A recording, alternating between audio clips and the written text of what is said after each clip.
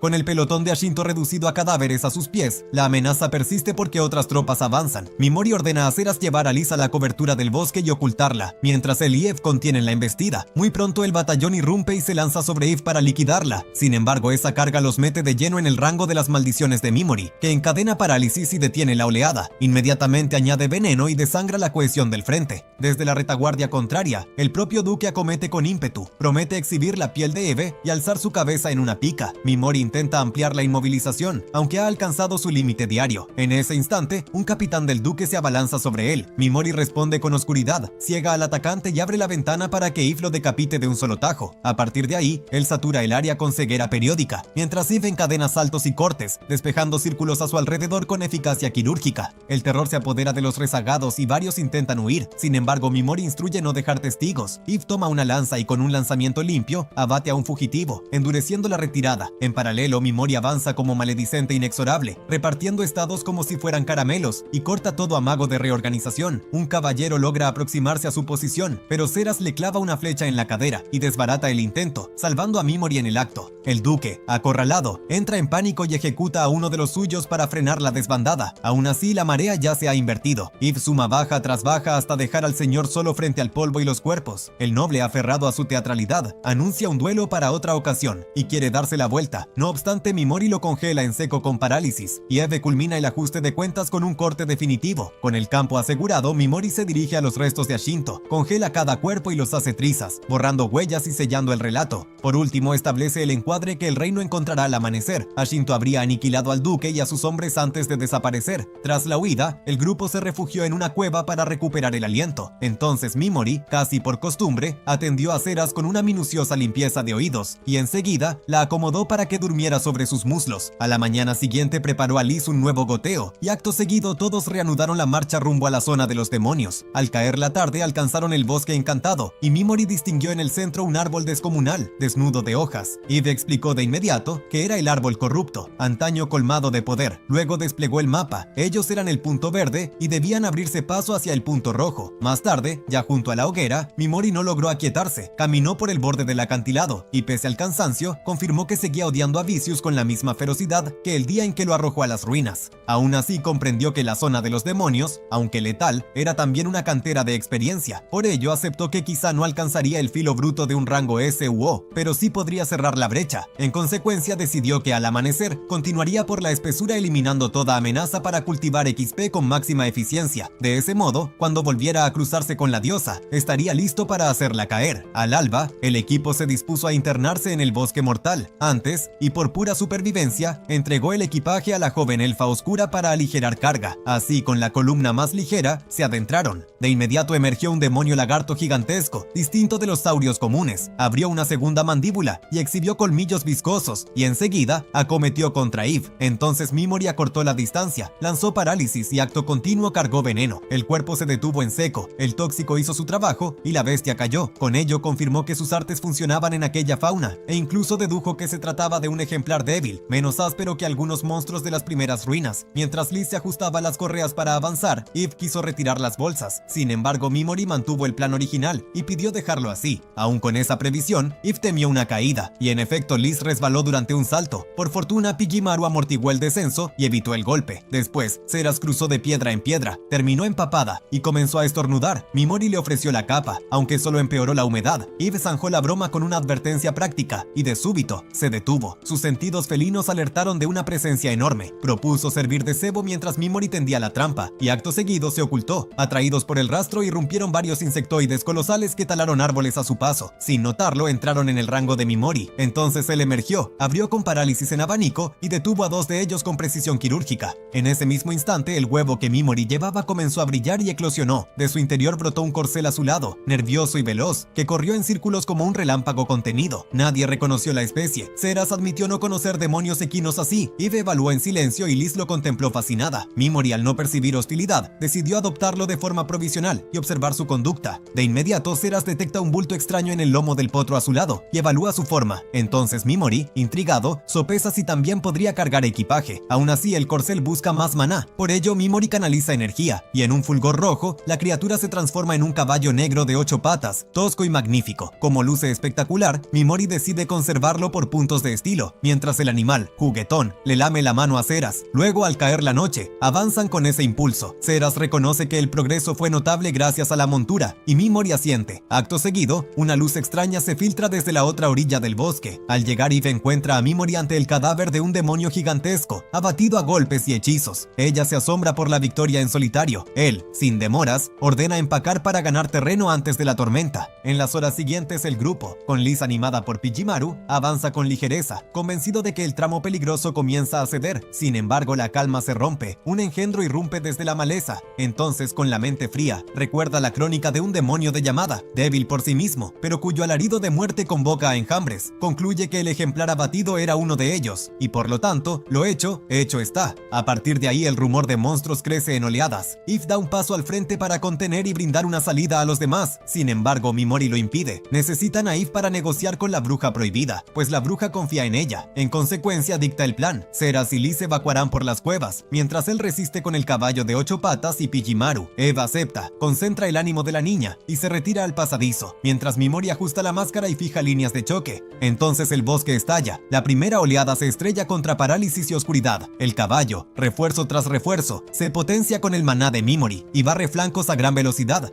En paralelo, en el otro frente del bosque, Ayaka organiza la retirada de los estudiantes. De pronto, Kirihara irrumpe con los suyos y desprecia a Tomohiro, recordándole su lugar en la parte baja de la cadena. El muchacho, herido en el orgullo, se desborda de rabia y sin mirar atrás, se aparta del grupo, decidido a valerse por sí mismo. De vuelta en la cueva, Eve le comunica a Zeras que irá tras Mimori. Por ello, Zeras, preocupada por el agotamiento del hechicero, le pregunta el motivo. Entonces Eve explica que, aunque él es el más fuerte del grupo y posee las estadísticas más altas, apenas ha dormido desde que entraron al bosque. En consecuencia, teme que no pueda sostener solo el asedio de tantos demonios. Zeras asiente, porque sabe que Mimori los ha estado cubriendo noche tras noche, siempre en vela, y por lo tanto no se encuentra en las mejores condiciones. Aún así, Eve añade que no exageró al decir que puede actuar por su cuenta en la oscuridad, gracias a sus sentidos afinados y a su oído agudo. Finalmente, Zeras coincide, deja a Liz bajo su cuidado, y Eve parte para comprobar que él esté bien. Mientras tanto, en el frente, Mimori desata un infierno contenido, sincroniza con Pijimaru y reparte locura en el primer eje, aunque de inmediato percibe que hasta entonces solo han caído los engendros más débiles, mientras los colosos se mantienen a distancia. Por eso reduce la visibilidad con oscuridad, afina la escucha y abre su estado. El maná se le drena con rapidez, de modo que para recuperar flujo deberá abatir a los más fuertes en el núcleo. Acto seguido gira sobre sus talones, espolea al caballo de 8 patas y entre cegueras encadenadas se abre paso hasta el monstruo central. Entonces vira al exceso calculado, berserk a ráfagas para fracturar líneas y carrera limpia hacia el gigante del medio. Aún así comprende que el consumo de maná sigue siendo feroz, por lo tanto decide aislar el campo, reparte sueños sobre la chusma menor y deja a 2 enormes bestias corriendo a su saga a cielo abierto. En paralelo, lejos de allí, Eve topa con un humano acurrucado frente a un demonio muerto y se sobresalta por la escena. Sin transición, otra joven emerge entre la maleza y lanza un rayo. Eve bloquea el golpe inicial, aunque el segundo impacto encadenado la toma por sorpresa. La atacante, Itsuki, la juzga enemigo y presiona con estocadas cada vez más precisas. Sin embargo, Eve mantiene el temple, evade en el último palmo y aguanta hasta que irrumpe su gemela Hiji, que detiene el filo justo a tiempo. Así, en un instante de respiro, queda claro que no son espectros del bosque, sino heroínas reales cruzadas en mitad del caos. De regreso al corazón del combate, Mimori vuelve a encadenar parálisis y veneno. Cuando un coloso se le acerca por la espalda, intenta alcanzar la espalda del monstruo con la extensión de Pijimaru, pero el slime está exhausto y no logra estirarse lo suficiente. Por eso recurre al sueño directo y remata con veneno. Aún le queda maná, aunque Pijimaru no está para otra ronda, y lo envía a descansar. En ese punto, el rival restante, un humanoide de alta inteligencia, parece haber deducido que las maldiciones requieren línea de visión, y en consecuencia, avanza cubriéndose con cadáveres para negar blancos limpios. Además, eleva un orbe verde que abre un bombardeo de rayos mágicos sobre el claro. Entonces el caballo esquiva cuanto puede. Aún así, uno de los haces roza el brazo de Mimori, y otro golpea los cuernos de la montura, que cae pesadamente al suelo. Por lo mismo, ambos se preparan para sostener el terreno juntos, mientras la criatura de rostro humano lanza otra andanada láser que siembra explosiones en cadena. El humo resultante tapa a Mimori de la vista del enemigo, por lo tanto aprovecha la cortina, arroja el casco al suelo como señuelo y cambia de ángulo. El monstruo, listo para volatilizarlo, reconoce el ardid y rectifica en el último instante, convencido de que el verdadero objetivo sigue moviéndose entre la bruma y los restos. En ese instante, Pijimaru lanza un aviso a lo lejos y el enemigo dispara hacia el señuelo. Sin embargo, Mimori tampoco está allí. El monstruo percibe al caballo a su espalda, siente arder la herida y revisa su estado. Su HP roza el 0. Acto seguido, el último adversario cae y Mimori sube de nivel de nuevo. Por ende, Parálisis se refuerza y se desbloquea una técnica inédita. Aún así, decide inspeccionarla más tarde y reunirse primero con los suyos, aunque los brazos le pesan por el esfuerzo. Mientras tanto, Eve recuerda cómo él intentó rehacerse como un humano normal, tras escapar de un hogar abusivo, y comprende que si no hubiese forjado ese temple, ya se habría quebrado ante las atrocidades de este mundo. Luego, Zeras inicia charla ligera y le pregunta la edad. Mimori responde que tiene 17, y ella se sorprende al constatar que es menor que ella. De inmediato añade que apenas cuenta 19, por lo tanto admite que siempre lo imaginó alrededor de 20 por su calma y madurez. Mimori replica si a partir de ahora lo tratará como a un joven, pero Zeras sostiene que, más allá de los años, él seguirá siendo el maestro al que sirve. A continuación, Mimori intenta descifrar la sensación suave que permanece en sus labios. Advierte a Zeras inquieta, la adormece con sutileza y entiende por fin que lo besó creyéndolo dormido. Sin embargo, su inquietud persiste. No desea que el arco romántico arranque antes de culminar su venganza. Después el siguiente movimiento, el descenso del túnel, los conduce a una puerta que responde al maná vertido en un cristal. Mimori comienza a alimentarlo, y entre tanto repara en que la bruja prohibida ha dispuesto un acceso casi evidente. Aún así mantiene la guardia. Entonces el umbral se abre hacia una pradera subterránea inmensa, tapizada de flores silvestres. Sorprendentemente, un cielo brilla sobre sus cabezas pese a hallarse bajo tierra, y un viento suave recorre la llanura. Al fondo, excavada en la roca, se alza una mansión solitaria que espera, silenciosa, como si contuviera las respuestas. Y de esta manera termina el resumen. Si te gustó, no olvides suscribirte, activar la campanita, darle like, comentar y nos vemos en el próximo video.